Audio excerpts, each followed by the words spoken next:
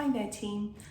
Today I'm going to take you through my go-to post-run stretching regime. It kind of gets into all the key muscles that we end up working a little bit harder as runners. So hopefully it will give you a good idea of something to run through after every run that you do. If video's not your thing and you want something to just sort of refer to on an ongoing basis, I've got a PDF version of this as well. So just drop me a line or drop me an email and I can send that over to you. Here we go.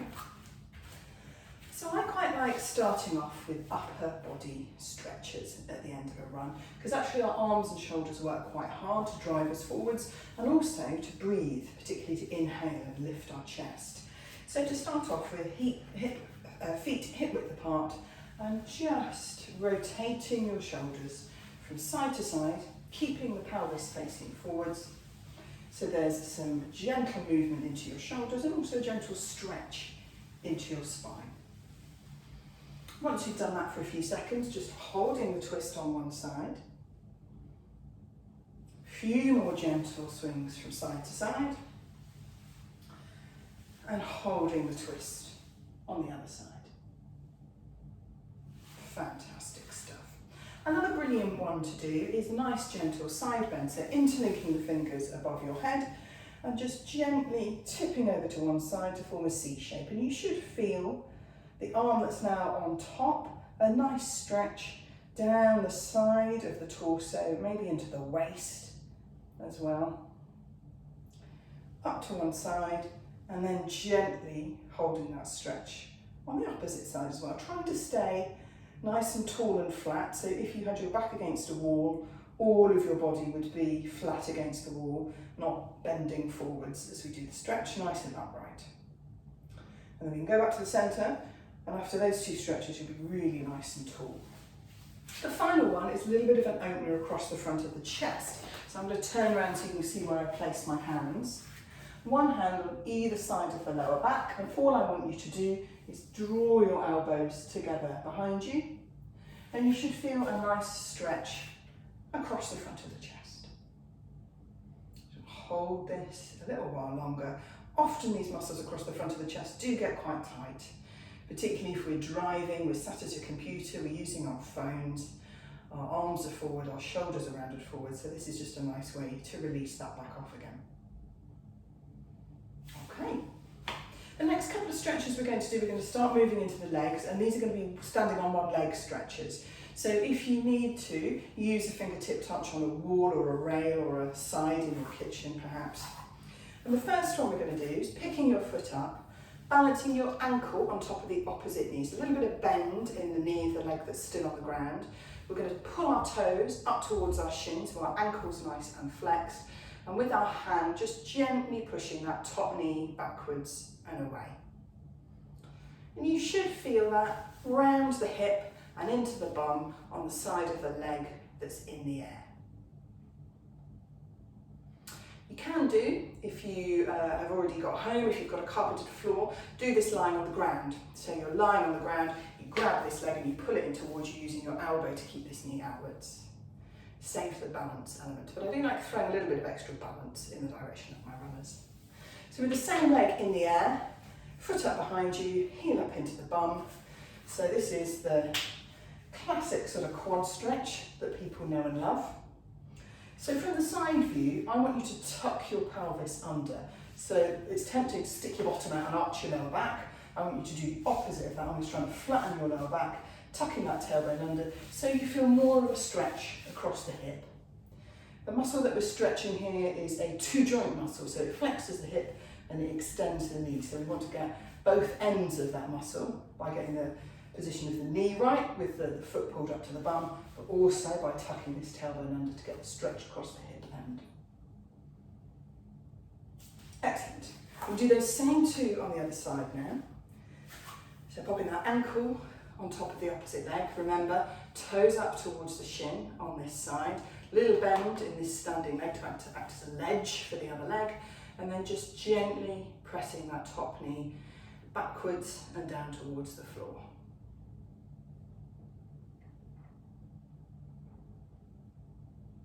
Excellent. And then same leg in the air again.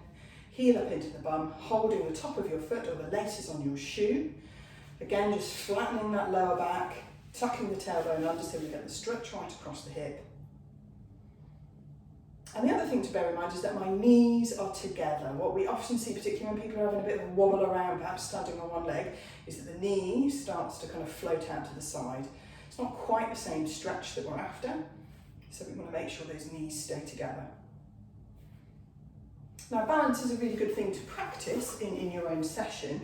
If you are very wobbly on one leg, in order to get the benefit out of your stretches, it is worth just having something to hold on to or rest your fingertips on. Work on the balance alongside that, but not whilst doing the stretches at the same time. So, the next set of stretches involve with both feet firmly on the ground now. So we're going to take a big nice step out sideways. And just bending one knee, doing a little mini lunge to one side until you reach the point where you can feel that stretch in the muscles in the inside thigh. The research that's been done in sports science shows that we should be holding these stretches for around 10 to 15 seconds to get the maximum benefit out of them. So we're just going to ease that one up and then drop it over to the other side, exactly the same stretch. And again, we want to be standing nice and tall, no hinging forwards at the hips, as if our straight leg and our back were flat against a wall behind us.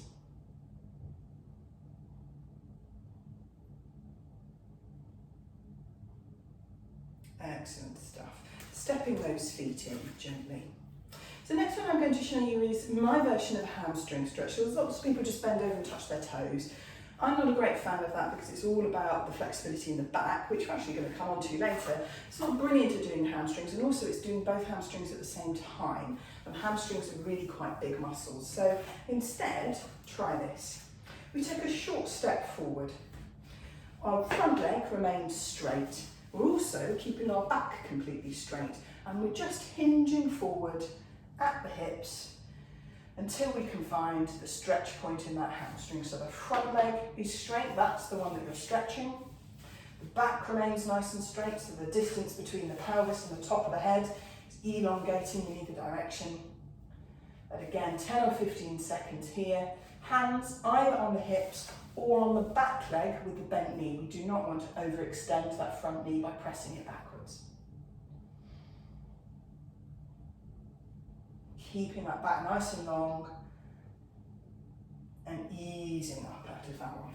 Excellent, we're going to swap that round and do it on the other side.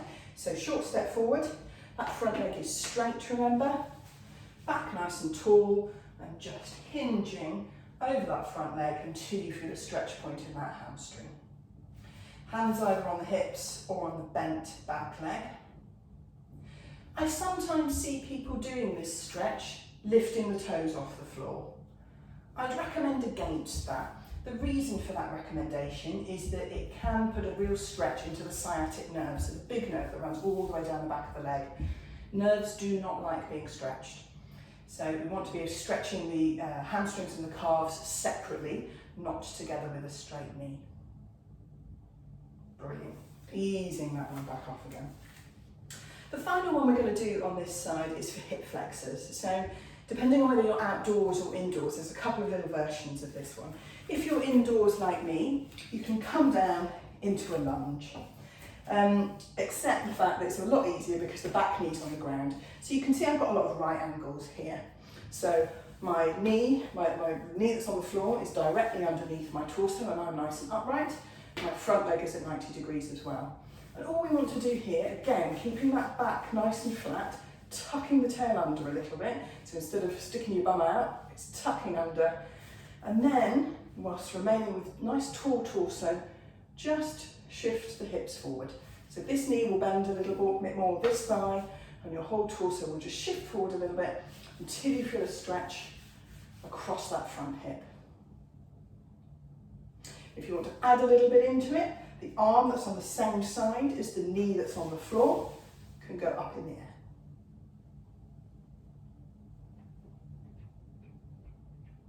Excellent stuff. We'll do that on the other side and I'll just show you from the front so you can see a slightly different angle. So stepping forward to make that square with our legs.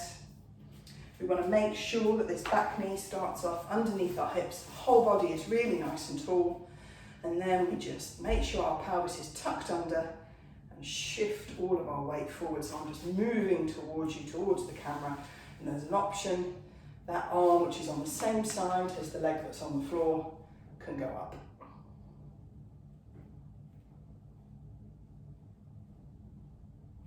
Excellent. If it's wet and muddy and you don't want to be kneeling on the floor at the end of your run, there is an option that you can do, sort of slightly more subtle option to get the same stretch whilst remaining stood up. So we take a decent sized step forward. We again tuck that tailbone under, so we're flattening the low back, the bottom tucks underneath. That back leg has got a slight bend in it now, and then we just bend that front knee and lunge forward gently until you feel a stretch across that hip. With this stretch, or this version of the stretch, is a lot more important that we tuck that pelvis under, so the bottom is not sticking out, the bum's tucked underneath, we're engaging those lower abdominals before we go into the stretch, otherwise it's very difficult to feel anything with this one. If in doubt, try the one that I just showed, kneeling on the floor, a lot easier to get into. Okay, final things that we're going to work on then are the calves. Now I have 3 calf stretches because calves work really hard when we're running, and there are 3 key layers of muscle that we get into that get deeper and deeper within the leg. So this is where it's useful to have a wall or something similar to lean on. And the first of the 3 is kind of that classic calf stretch. So your whole of your body is in a really nice straight line, knee is straight, and we're just holding that for 10 or 15 seconds.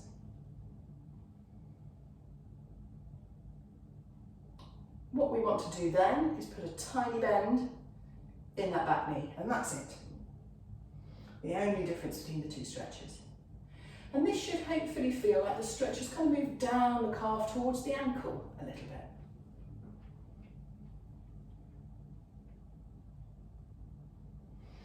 Then what we want to do, just paying attention a little bit to this, is take the front foot and move it backwards so your heel is right in front of the toes of the foot behind, and then curl the toes of that back foot right up the back of the heel in front and bend both knees. I'm demoing this in bare feet. This stretch is actually a lot more effective if you've got shoes on, because you're able to get more of a curl of those toes on the back foot and more of an effective stretch. With bare feet, your toes tend to spread and you don't get quite the same effect. Excellent. Same on the other side. Nice straight leg to start with. This is when you get the jokes about pushing the wall away. Tiny little bend in that back knee. You feel the stretch moving down a little bit further towards the ankle.